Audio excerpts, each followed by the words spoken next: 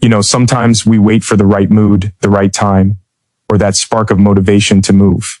But what if that spark never comes? What if the difference between staying stuck and changing your life is simply this, forcing yourself to move, even when you don't feel like it? See, people talk about motivation like it's magic, something that just arrives, taps you on the shoulder and says, hey, it's time. But the truth? Motivation is unreliable. Discipline, that's what gets things done. You don't have to feel ready. You just have to act. We spend so much of our lives waiting for the right time, waiting for the right feeling, waiting for that surge of energy that says, now I'm ready. But what if that feeling never comes? What if all this waiting is just a quiet way of saying, I'm scared? Because here's the truth. Motivation doesn't show up on its own. It doesn't come knocking at your door one morning, holding your coffee, saying, let's go. Motivation isn't the cause of action. It's the result of it. You move first, you act, and then, only then, the spark follows. There's something powerful that happens the moment you decide to do the thing you don't feel like doing. The moment you lace up your shoes, open that laptop, make that call, take that first step, you're sending a message to your own mind, I'm in charge here. It doesn't matter if you're tired, uncertain, or uninspired. The act itself wakes something up inside you, momentum. And once momentum starts rolling, it's hard to stop. Think about those mornings when everything feels heavy. You hit snooze, you tell yourself 5 more minutes, and suddenly an hour disappears. But on the mornings, you force yourself to get up, even when your body protests. Once you're up, moving, brushing your teeth, the fog lifts. You start to feel better, stronger, more alive. That's the science of behavior at work. Psychologists call it behavioral activation, taking action first to change the way you feel. You don't wait to feel ready. You act your way into readiness. When you think about it, this principle is everywhere. Take exercise. Nobody loves that moment right before they start. The cold air before the run, the weight on the bar before the lift. But ask anyone who's been through it, and they'll tell you it's after the first few minutes that you start to find your rhythm. The endorphins kick in, your breathing steadies, your focus sharpens. That's not motivation leading to action. That's action creating motivation. The same rule applies to creativity. Writers talk about writer's block, but often it's not a lack of ideas. It's a lack of movement. Sit down, start typing anything, even nonsense, and your brain begins to open up. The act of doing unlocks the energy to keep going. Artists, musicians, athletes, they all know this secret. It's not about waiting to be inspired. It's about showing up and letting the inspiration catch up to you. And yet, we're human. We crave comfort. We tell ourselves stories. I'll start when I have more time, when I feel less tired, when things calm down. But life never really calms down. There's always noise, always distraction, always a reason to wait. The people who make progress are the ones who stop waiting. They act, not because they feel like it, but because they've made a choice. They understand that consistency beats inspiration. That small daily effort beats the occasional burst of enthusiasm. It's not about being perfect. It's about being in motion, because motion changes you. It changes your chemistry, your confidence, your belief in what's possible. Every small action is like a vote for the person you want to become. You might not see the results immediately, but your brain notices. It learns that when you say you'll do something, you follow through. That's how self-trust is built, one action at a time. So the next time your mind tells you to wait, don't. Take a breath, count down from 5, and move. Start writing, go for that walk, clean one corner of your space, do something, anything. Because when you act, your body wakes up, your mind sharpens, your energy builds, and suddenly you're not waiting for motivation anymore. You've created it. The truth is simple. Action doesn't come from motivation. Motivation comes from action. It starts with you in the smallest, most ordinary moments, choosing to move when everything inside you wants to stay still.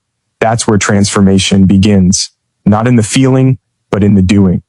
People think discipline is a cage, a set of rules, routines, restrictions that steal your freedom. But that's a lie. Discipline isn't about losing control. It's about taking it back. It's the bridge between who you are and who you could be. Freedom doesn't come from doing whatever you want. It comes from doing what needs to be done over and over again until the things that once felt impossible become effortless. When you rely on motivation, you're at the mercy of your emotions. One bad day, one distraction, one little voice whispering, not today, and it's gone. But discipline doesn't care about feelings. It shows up when you're tired, when you're frustrated, when no one's watching. Discipline is the quiet promise you keep to yourself when it would be easier to walk away. Think about it. Every great achievement, every story of success begins with someone choosing consistency over comfort. Athletes don't train because they feel like it every day. Musicians don't practice scales because it's exciting. They do it because they've made peace with the grind. They understand that structure, repetition, focus, those are the tools that set you free. Because when you put in the work, when you build habits that hold you steady, you stop being controlled by chaos. You stop being at the mercy of circumstance. Discipline gives you power over yourself. It's what allows you to say, I don't need to wait until I feel ready. I'll move anyway. It's waking up early, even when the bed feels like a magnet. It's saying no to distractions, to the easy road, to the constant noise of comfort that keeps you small. It's showing up again and again and again until showing up becomes part of who you are. And in that repetition, you find your freedom. There's a story I love about a man who decided to run a marathon without ever considering himself an athlete. The first morning, he could barely make it a mile. His legs burned, his lungs screamed, and his mind told him to quit. But every day he ran, even just a little. Rain, wind, exhaustion. It didn't matter. He showed up. Months later, when he crossed that finish line, he didn't talk about winning. He talked about the quiet satisfaction of keeping a promise to himself. That's what discipline does. It gives you something no one can take away, self-respect. We live in a world that glorifies shortcuts. Fast results, instant gratification, quick fixes. But real growth, real freedom is earned slowly. It's built in silence, in early mornings and late nights, in moments when nobody's clapping. It's built when you choose effort over ease. Discipline doesn't shout, it whispers, keep going. And if you listen, that whisper turns into a roar. People confuse discipline with control, but they're not the same. Control is about fear, about forcing life into your idea of how it should be. Discipline is about alignment. It's choosing actions that match your values, your goals, your deeper purpose. It's not punishment, it's commitment. And when you live with that kind of commitment, something shifts. You start to trust yourself. You stop waiting for luck, for timing, for motivation. You start building the life you want, brick by brick through effort. You'll stumble, you'll fail, you'll doubt yourself. That's part of it. Discipline isn't perfection, it's persistence. It's the choice to get up one more time, to try again, to move forward even when the finish line disappears in the fog. Freedom doesn't come from escaping difficulty, it comes from mastering it. And every time you push through resistance, every time you silence that voice that says, I can't, you grow stronger, more capable, more alive. Discipline doesn't take from you. It gives you time, focus, peace of mind. It gives you the freedom to live on your own terms because you've earned it. When you control your habits stop controlling you. When you stop negotiating with yourself, you start trusting yourself. And that's real freedom. Not the kind that's handed to you, but the kind you build with your own two hands, one decision at a time. We all dream big. We imagine the grand outcome, the promotion, the success, the recognition, the life we want to build. We see the mountain peak and it looks beautiful from a distance. But when we stand at the base of that mountain, looking up, the climb feels impossible. The mind starts whispering, it's too far, too hard, maybe not for you. That's where most people stop. Not because they don't have what it takes, but because they're trying to take the whole mountain in one leap. The truth is, progress isn't made in leaps, it's made in steps. Small, deliberate, often invisible steps. There's a quiet power in starting small. It doesn't sound exciting. It doesn't look impressive. But that's how real change happens. Every massive achievement you've ever seen began as something small. An idea scribbled on a napkin, a 5-minute decision, a single action taken when no one was watching. It's easy to underestimate those moments because they don't feel like they matter. But small actions compound. 1 becomes 2, 2 becomes 5. 5 becomes a rhythm, and that rhythm becomes momentum. Momentum is what carries you to the summit. Take the story of a writer who dreamed of publishing a novel, but couldn't find the time or confidence to start. The blank page mocked her every morning. So she made herself a deal. Just write 1 paragraph a day. No more, just 1. The first few days were awkward, uninspired, even painful. But she stuck with it. Paragraph after paragraph, she started building something. Months later, she finished the book. Not because she found a burst of inspiration, but because she honored those small, consistent steps. That's the quiet magic of progress. It doesn't always feel like you're moving until you look back and realize how far you've come. We live in a world obsessed with grand plans. Everyone wants the shortcut, the big reveal, the overnight success. But real growth isn't cinematic. It's subtle. It's the runner who laces up every morning, rain or shine. It's the student who studies 1 hour a day, even when it feels pointless. It's the person who saves a little money each week, slowly building a foundation for the future. It's in the repetition, the consistency, the small wins that seem insignificant until they aren't. Small steps also protect you from overwhelm. When you focus on the next step instead of the entire staircase, you stay grounded. You stay present. You stop talking yourself out of action because the goal no longer feels impossible. It feels manageable. You can do this one thing right now. And when you do that one thing, you build confidence. That confidence becomes fuel. Before you know it, the thing that once felt huge is within reach, and you didn't even realize how much ground you covered. There's something deeply human about wanting it all at once. We crave instant results because waiting is uncomfortable. But patience isn't weakness, it's wisdom. Every small action you take plants a seed. Some days you'll see growth. Other days it'll feel like nothing's happening. But beneath the surface, things are shifting. Your habits are strengthening. Your mind is adapting. Your discipline is forming roots. And one day, when the results finally appear, people will call it luck or talent or timing. They won't see the 1,000 small steps you took when no one was watching. The beauty of starting small is that it gives you room to fail without falling apart. You can adjust, adapt, and learn. Every misstep becomes part of the process, not the end of it. That's how you build resilience, by showing up again and again, no matter how small the progress seems. Progress doesn't have to roar. Sometimes it whispers. Sometimes it's just you taking one more step when it would have been easier to stop. So don't wait for the perfect moment, the flawless plan, the guarantee of success. Start now with what you have. Do something small, something real. The mountain isn't conquered in one climb. It's conquered step by step, breath by breath, day by day. And when you finally reach the top, you'll realize it wasn't the size of the steps that mattered. It was the courage to keep taking them. The hardest battle you'll ever fight isn't against the world. It's against yourself, against that quiet, clever voice in your head that tells you to wait, to stop, to take it easy. The one that whispers excuses dressed as logic. You're tired. You've earned a break. You can start tomorrow. That voice sounds reasonable, even comforting, but it's not your ally. It's the part of you that fears change. And if you let it, it will keep you small. The mind's job is to protect you, to avoid pain, to seek comfort, to preserve energy. It's wired for survival, not growth. So every time you try to push beyond your limits, every time you chase something bigger than yourself, your mind panics. It senses danger, even when there's none. It tells you to stay safe, stay still, stay the same. That's why the moment you decide to act, resistance shows up. It's not a sign that you're weak. It's proof that you're growing. Think about those moments when you're standing at the edge of a decision, to go to the gym after a long day, to start that project you've been putting off, to speak up when it would be easier to stay quiet. You feel the pull in two directions, one toward progress, one toward comfort. The resistance you feel in that moment isn't random. It's your mind trying to negotiate with your potential. It's the part of you that fears failure, rejection, and the unknown. But here's the truth. That fear is just noise. The danger isn't real. What's real is your choice to act despite it. There's a concept called the 5-second rule. Count backward from 5 and move before your brain talks you out of it. It sounds simple, almost too simple, but it works because it interrupts hesitation. The longer you think about doing something uncomfortable, the louder that inner resistance becomes. Your brain floods you with reasons not to act. You don't need to win the argument. You just need to move before the argument starts. 5 seconds of courage can change everything.